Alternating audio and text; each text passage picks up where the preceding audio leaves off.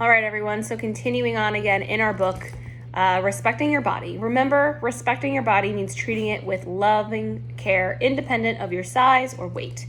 Unfortunately, people often continue checking their bodies in other ways in order to measure if they're good enough, which you already are. Some people, for example, keep a pair of pants in the closet that are pulled out to measure if weight has changed. If the pants are tighter, it can engender the same negative feelings that they would experience if they saw a number on the scale go up. Some people check out mirrors and elevators. Other people toast. Making it a little hard for me to do my videos today. Some people check out mirrors in elevators, dressing rooms, and gyms, and just about anywhere else a mirror can be found. This mirror checking only perpetuates the judgment people hold about how they measure up to the illusion of a perfect ideal body.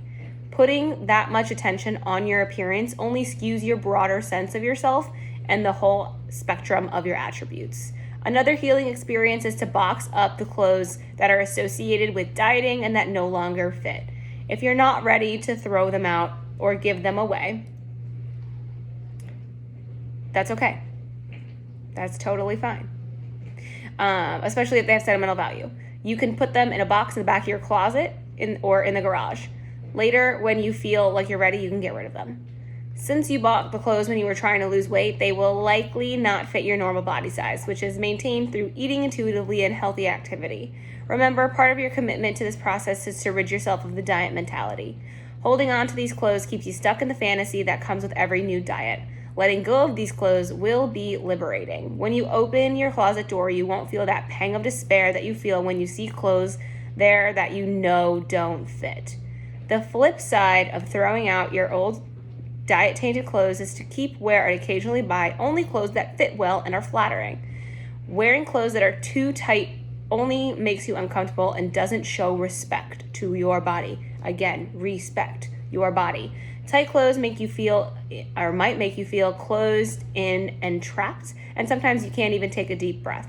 Begin by packing away any clothing that doesn't make you smile when you look at it, that you know fit you only when you are at an unreasonably low weight from dieting or illness, and that may fit but is either unflattering, stained, or ripped. Now that you have removed your uncomfortable clothing from your closet, it may be time to buy some new clothes. There are some steps that will help you make this experience a success, because I know some people really hate shopping. You want to choose a day when your emotions are either positive or just neutral. Start by taking some clothes off the rack, maybe jeans, for example, in a range of sizes. In the dressing room, turn your back toward the mirror so you're not looking at it. Try on a pair of jeans you have chosen. This works for any type of clothing. Stretch, contort, wiggle, sit in them. If the jeans don't feel comfortable, just take them off. You don't have to look in the mirror. Try on another brand or a size, if and only if they feel comfortable. Turn around and look in the mirror and see if they pass your personal style test. If you find a pair that feels great and passes your style test, then go ahead and buy them. The point is to buy clothes based on how they feel.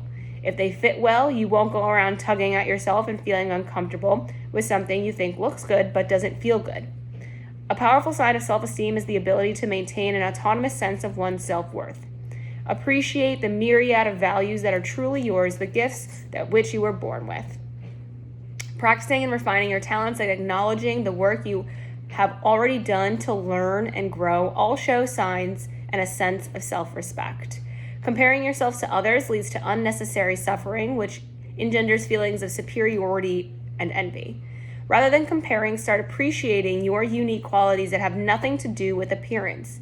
The problem of comparing yourself to your friends and peers extends to the focus only on the body.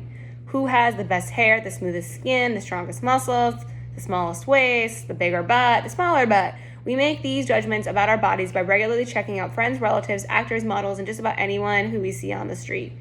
This attention on others is the surest way to remove you from your own special qualities. It also keeps the focus on the external and pulls you away from your true meaning in life. Observing another's body also makes an assumption about how that person achieved that body. If one is looking at thinness, there's no way to know if that person has a physical disease that causes weight loss, has an eating disorder, or simply has a hyperfast metabolism. Concluding that you could achieve that same body precludes these unknowns. There's a lot of unknowns, as well as the science of your genetic blueprint. All in all, comparing yourself to others is the surest way of making you feel bad about yourself. One of the most disrespectful behaviors in which you can engage in is negative body talk or body bashing. It is painful and sad to hear someone tearing down their looks, physique, weight, size, or height. People who would never say anything nasty to a friend or acquaintance, even someone who's not close to you, will say horrific things to themselves. Side note, we've heard some frightening tales of people who have been degraded, criticized, and judged by their parents, siblings, and partners, and these are all instances of emotional abuse and need to be addressed with a trauma therapist, especially for those of us that grew up with the almond-a-day mom, the ingredient-only household, and the people who had their mothers put them on Weight Watchers when they were 12. All of that is emotional abuse.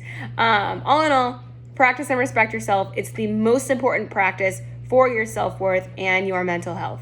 If you have any questions on how to respect your body and other ways to do that, please feel free to drop a comment below.